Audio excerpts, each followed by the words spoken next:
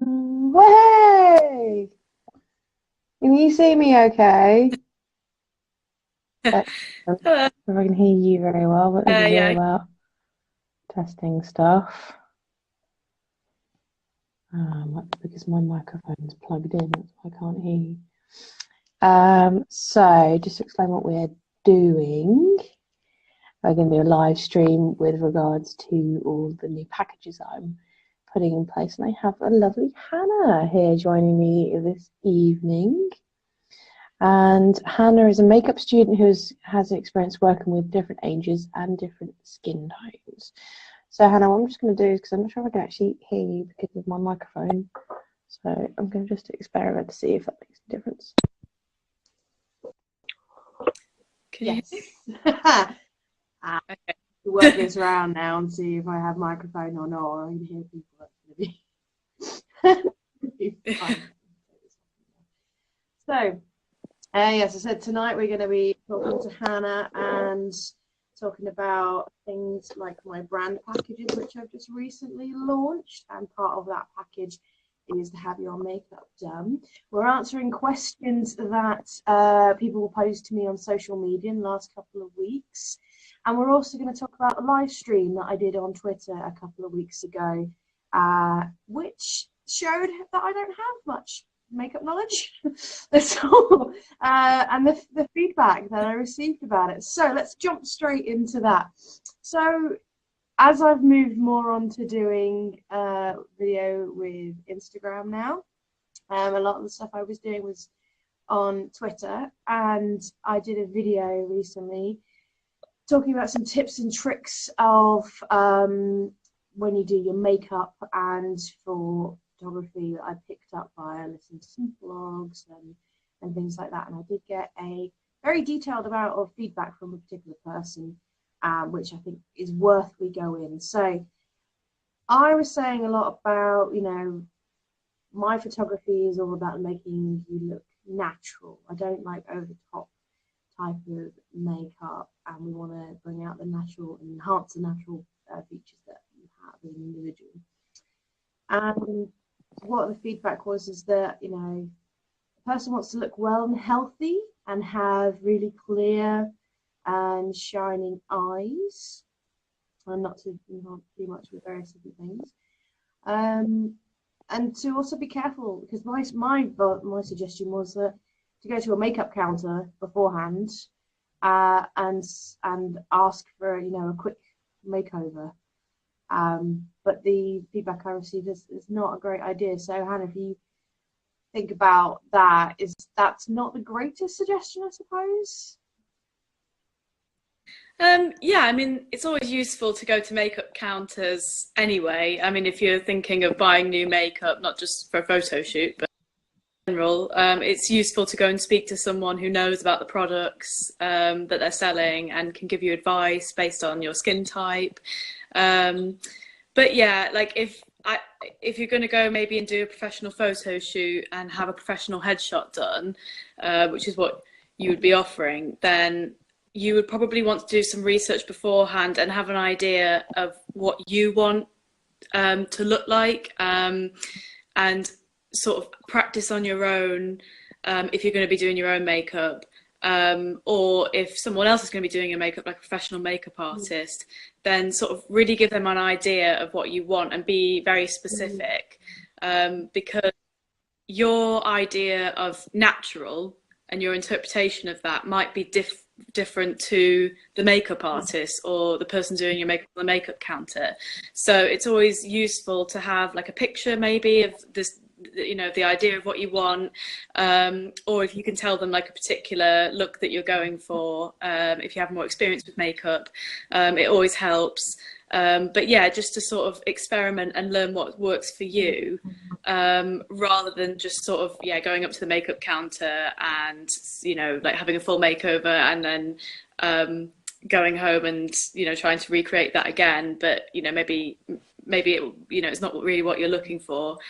So it doesn't do any harm to go and speak to people at makeup counters, but also you should do a bit of research and work out exactly what it is that you want so that you can be happy with the end product. It's really easy with people like that, but to really explain what they're, because I said about, you know, maybe using some fake eyelashes, and I think that was just an offhand comment, but again, it doesn't contribute to being natural, really. It's not really that great, and I suppose in personal preference depends if that works for you or so. What do you think?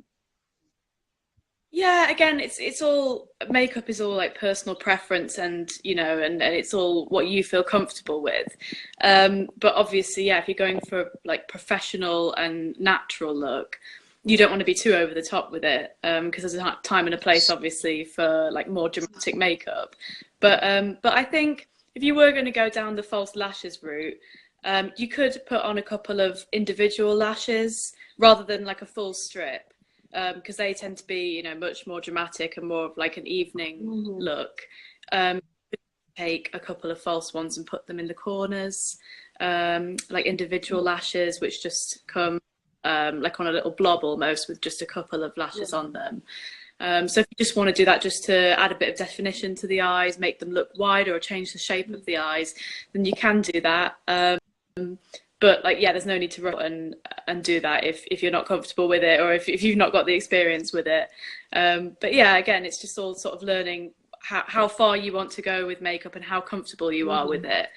And then you can do that, like I said, you can do that by yourself, or you can tell a makeup artist, you know, sort of how far you want, how heavy, I guess, you want the makeup to be. But again, with any sort of professional shoot, like I say, it's going to be a little bit more toned down, maybe a bit more conservative. Just it's kind of like a timeless picture, so you know you can use that picture for a long time, and you don't look back and think, oh, I wish I hadn't, you know, chosen that lipstick color, or hadn't, you know, done that, because it's quite a new lipsticks. I heard about a suggestion from another blog and another source I read that maybe I made the suggestion that a pop of color might be a good idea, to give a bit of, you know, difference and things. And our feedback we received was, you know, the bright color probably won't work for you, and it's more desirable to have maybe a fuller lip. Is that true? What do you think about that? Yeah, I saw that comment, and it's a good point about using lip. I think she mentioned that you could use lip gloss to make your lips look fuller. So maybe go for like a pink or a peach tone, like nice and natural, and then put a gloss on top of that to make the lips look fuller, because obviously that will capture the light when you take the picture. So yeah, that's definitely true. And again, with like I love sort of bright and dark lipstick colors, like statement lips. But and if this is the kind of picture that you're going to be using on a website or on LinkedIn, it's probably not the best time to experiment with different lip colors. But again, like, and it depends as well, sort of what industry you're in, and you know, if you're in maybe a more creative industry or you've got your own business, you might think like a red lip says more about you and your personality, and maybe that's your sort of signature look. So something like that could be fine. And maybe instead of doing like a bright red, you could go for more of a lip stain or a red gloss or something like that, just to add a bit of color, but it's not so in your face, and not like a matte lip.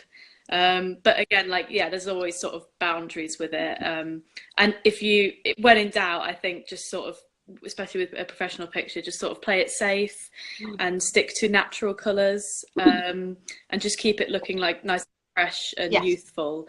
So yeah, sort of that suits you, or a peach or a nude color will always work well. Final bit that I made a mistake, put my hands up and say I misunderstood, that you don't use SPF products for kind of a makeover shoot because of the way that they take light. So just explain that for me.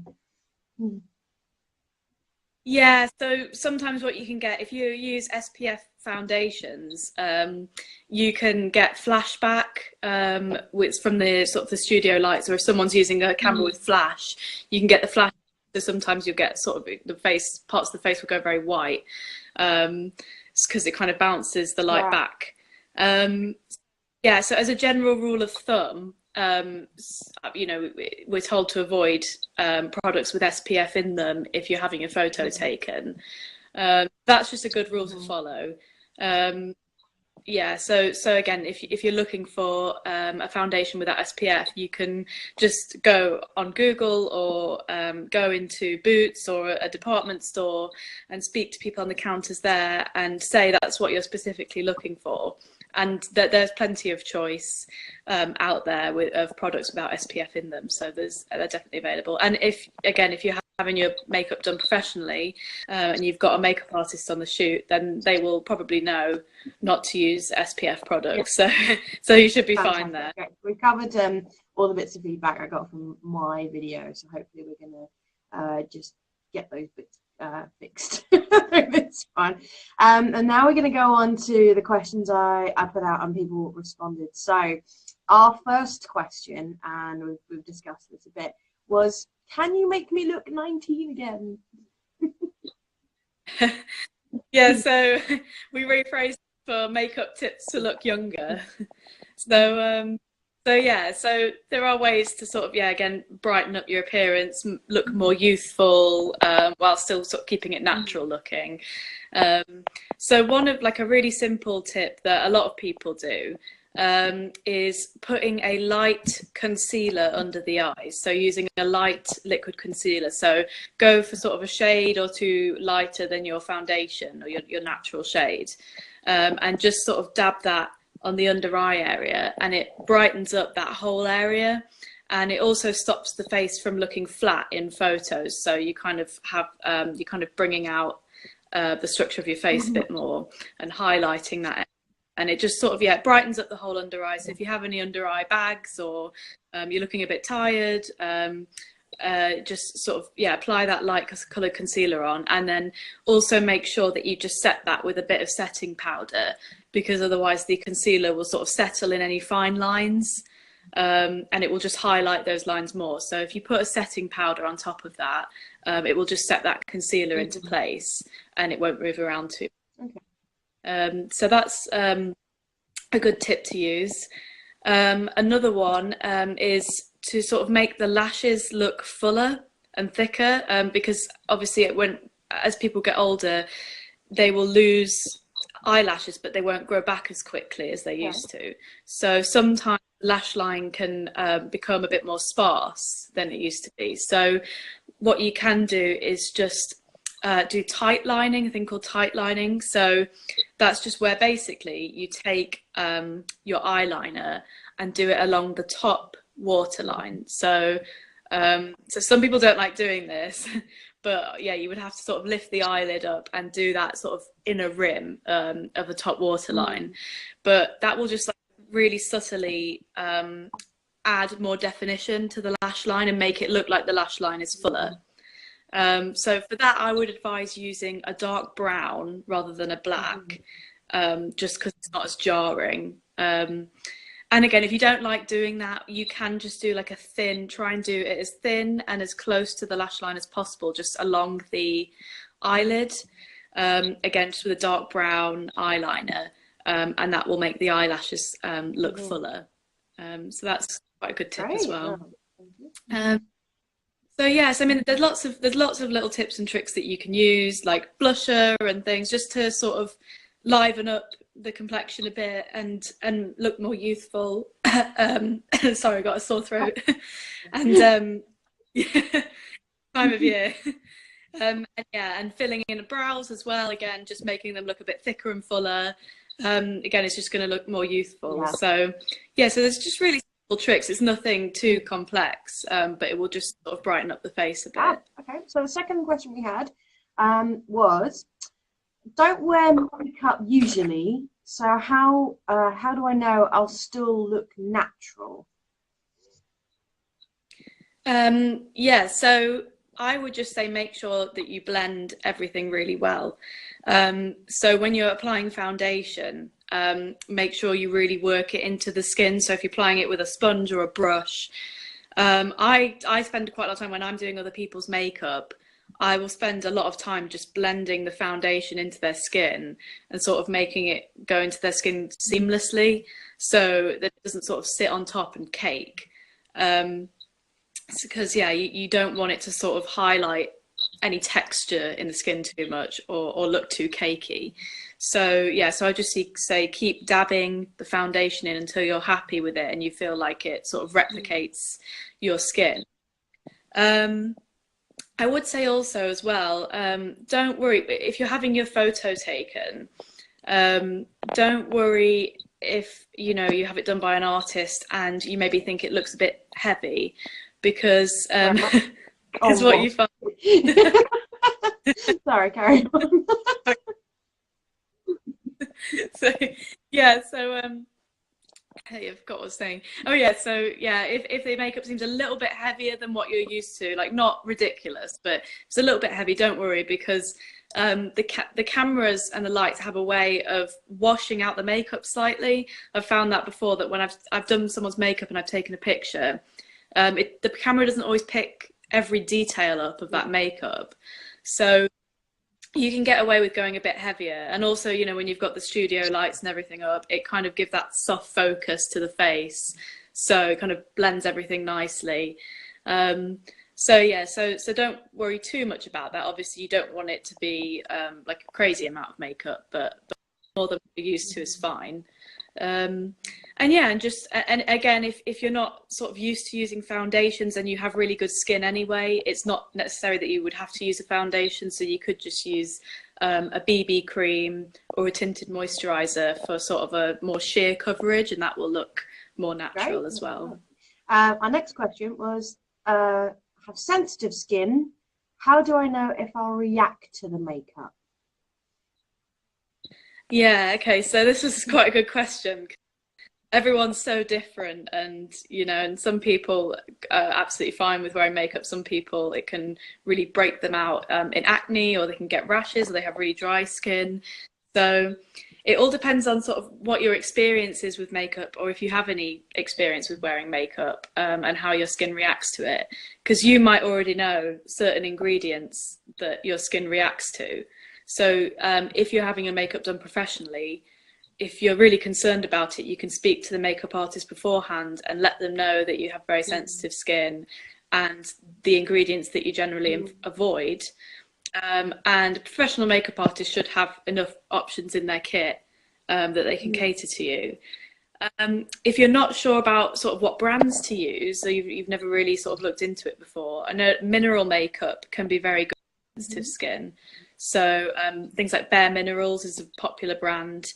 And yeah, that's very popular with people with sensitive skin or acne prone skin, because it doesn't sort of clog the pores. It just sort of sits on top of the skin. So yeah, that can be very good as well. But I would say as well, if you're trying any new products, just make sure that you patch test it first. So, and try a little bit out, sort of maybe on the jawline, or towards the bottom of the face, just a little area. So, and keep that on for a few hours and see how your skin reacts to it before you put it all over your face, because you might have a reaction and that's all over. So yeah, so just sort of doing your research, and also if it's something that really concerns you, then speak to the makeup artist beforehand and let them know, and then they can sort of make the best judgment from there. Okay, we're going to go more into talking about, as part of my packages, I offer a makeup artist to come do your makeup before a shoot. And somebody we had asked, what if they don't like the finished makeup? Would you change it? Yeah, so again, this kind of goes back to what I said at the beginning of make sure beforehand that you're specific. So if you're someone who's quite fussy about makeup, and like lots of people are, especially like things like makeup and hair, a lot of people know what they like and they want it to look a certain way.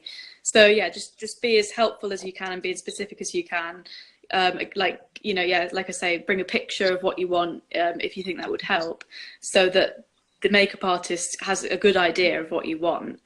If you do get to the end and you think, and there's something about the makeup that you don't like, then just say what it is. I've had someone before, I was doing her makeup, and she preferred the makeup to her. I did her eyeshadow, and she preferred it more sort of just in a circular shape like this, so like moving up and not coming out. But I'd brought the eyeshadow out a bit too much for her, and she didn't really like that. I think she thought it made her eyes look a bit droopy.